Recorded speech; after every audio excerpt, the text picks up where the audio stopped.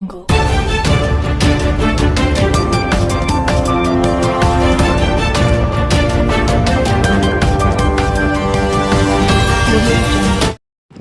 Times of Gujarat ન્યૂઝમાં આપનું હાર્દિક સ્વાગત છે।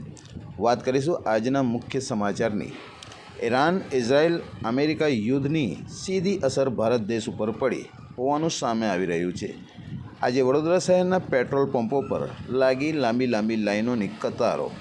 ટાઈમ્સ ઓફ ગુજરાત ન્યૂઝના અમારા રિપોર્ટર અને કેમેરામેન દ્વારા દરેક પેટ્રોલ પંપ પર લાગેલી લાઈનોનું કવરેજ કર્યું હતું। ટૂંક સમય પહેલાં એલપીજી ગેસ માટેની લાંબી લાઈનો લાગી હતી। હવે પેટ્રોલ પંપ પર પણ મોટી અને લાંબી લાઈનો લાગી છે। વડોદરાના નાગરિકો શું કહે છે સાંભળો। ટાઈમ્સ ઓફ ગુજરાત ન્યૂઝના મીડિયા સમક્ષ શું કહ્યું સાંભળો। Report Afzal Shaikh, cameraman Shoaib Shaikh, Vadodara, Gujarat.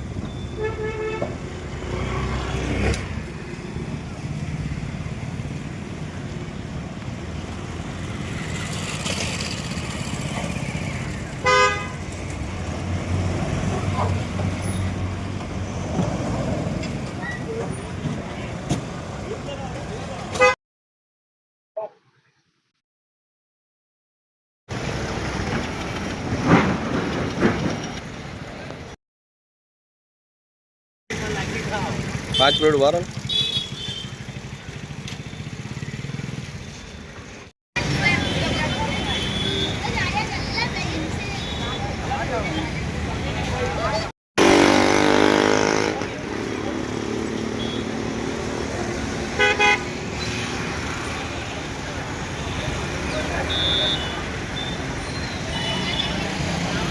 Petrol नखावा है अपना शू कहो એટલી લાંબી લાઈનો છે શું કહેશો?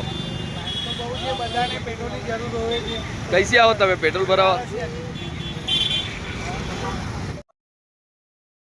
ટાઈમ્સ ઓફ ગુજરાત ન્યૂઝમાં આપણું હાર્દિક સ્વાગત છે। અત્યારે આપણે ઊભા છે કિશનવાડી થેકરના સમસાણના પાસે નાયરા પેટ્રોલ પંપ, જે તમે જોઈ શકો છો કે અત્યારે હાલમાં લાંબી કતારો અહીંયા લાગી ગઈ છે ને લોકોને એવું કઈ ચિંતા થઈ રહી છે કે ભાઈ પેટ્રોલ હવે ખલાસ થઈ જવાનું છે, ખતમ થઈ જવાનું છે ને આ લોકો એક એવી લાંબી લાઈનો લાગી ગઈ છે કે આ જોવા જેવો નજારો છે ને કંઈ ના કંઈ એવું લાગે છે પબ્લિકમાં કે પેટ્રોલમાં લોકડાઉન લાગશે એવી લોકોને ચિંતા છે। કેમેરામેન શોએબ શેખ જોડે હું અફજલ શેખ, વડોદરા, ગુજરાત। આજે તમે પેટ્રોલ ભરાવા આવ્યા છો, લાંબી લાઈનો છે, અચાનક પેટ્રોલ ભરાવા આવ્યા કે તમને એવું લાગ્યું કે પેટ્રોલ ખલાસ થઈ જશે? મને ખબર પડી છે કે અત્યારે પેટ્રોલ કોઈ જગ્યાએ મળતું નથી। હું ઓલરેડી 4 પેટ્રોલ પંપ ફરીને આવ્યો છું। એ પેટ્રોલ પંપ બંધ છે અત્યારે। અહીંયા લાઈન જોયો તો મેં ઊભો રહ્યો, કમથી કમ 10 થી 15 મિનિટ ઊભો રહ્યો, ત્યાર પછી મને પેટ્રોલ મળ્યું છે। તો તમને એવું કંઈ લાગે છે કે હવે પેટ્રોલ આગળ આવનારા સમયમાં નહીં મળે એવું લાગે છે, શક્યતા છે, કેમ કે લોકો ખાસી બધી ન્યૂઝમાં આવી રહ્યું છે કે પેટ્રોલ કે ડીઝલ કે કશું મળવાનું છે નથી. તમે પેટ્રોલ ભરાવવા જ આવ્યા સ્પેશિયલ પેટ્રોલ ભરાવવા માટે આવ્યો છું. શું નામ છે તમારું? શેખ મોહમ્મદ રશીદ. કઈથી આવ્યા છો પેટ્રોલ ભરાવવા? હું આવ્યો છું 52 થી. શું કહેશો, આજે લાઈનો લાગી છે પેટ્રોલ પંપ પર ને તમે પેટ્રોલ પુરાવા આવ્યા છો, શું કહેશો? હું પેટ્રોલ પુરાવા આવ્યો છું. અહીંયા ગાડી પેટ્રોલની કમી લાગે છે અમને કે ભાઈ ભવિષ્યમાં ક્યારે પણ આ ખૂટી જાય, પેટ્રોલ પંપ બંધ થઈ જશે આવું લાગે છે તમે મને. અચાનક આયા, અચાનક આવ્યો હું પણ. તમને એવી કઈ વાત મળી કે ભાઈ પેટ્રોલ? ના, હું અચાનક આવ્યો ડાયરેક્ટ ને અહીંયા જોઈ લાઈન છે તો મેં આવું વિચાર્યું કે હું પણ ફૂલ ટાંકી કરાવી લઉં પેટ્રોલમાં. શું નામ છે આપણું? મારું અશફાક શેખ નામ છે.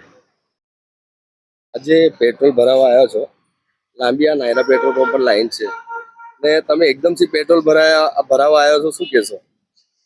આજે તારીખ છે 23 માર્ચ. આજે જ્યારે વિશ્વ યુદ્ધનું કહેવાતું એવું ઈરાન યુદ્ધ, અમેરિકા યુદ્ધ, આ બધા યુદ્ધ ચાલી રહ્યા છે, એની અંદર પેટ્રોલ, ડીઝલ, ગેસની બધી અછત ઊભી થઈ રહી છે. આજે એવો માહોલ વિસ્તારમાં ચાલી રહ્યો છે કે વડોદરા શહેર ગણો કે આખું ગુજરાત ગણો કે આખું ઇન્ડિયા ગણો, પણ ઠેર દોડ થઈ ગઈ છે. કેમ કે હવે પેટ્રોલ પંપ પર લોકડાઉન થવા માંડ્યા છે. પેટ્રોલ મળતું નથી, ડીઝલ નથી મળતું, ગેસ નથી મળતો, બધી સમસ્યા ઊભી થઈ રહી છે. તમને એવું લાગે છે કે અફવાઓ છે? ના, આ અફવાઓને આ હકીકત છે. કેમ કે હકીકત એટલા માટે છે કે આપણે જેમને દેશમાં જે જીતાડીને બેસાડ્યા છે અને વિશ્વગુરુના સપના બતાવ્યા હતા, એ વિશ્વગુરુના જે ફોક જઈ રહ્યા છે, સપના ફોક જઈ રહ્યા છે કે જે એમને પોતાના ઘરમાં નથી ઝાંકીને દેખ્યું પણ લોકોનું જોવા ગયા હતા, એમાં આજે આપણે આ તરસા મળી રહ્યા છે. પહેલું આવ્યું આપણે નોટબંધી, ગેસ બંધી, હવે તમે જોઈ રહ્યો છો કે પેટ્રોલ બંધી આવી રહ્યું છે. એટલે બધું પ્રજાને ભોગવવાની તૈયારી છે. આ બધું સરકાર તો કહી રહી છે કે કોઈ ચિંતા કરવાની નહીં, જરૂરત છે કે એલપીજી છે, પેટ્રોલ છે, ડીઝલ છે, બધું જ આપણા પાસે અવેલેબલ છે. તો પછી આ કેવું?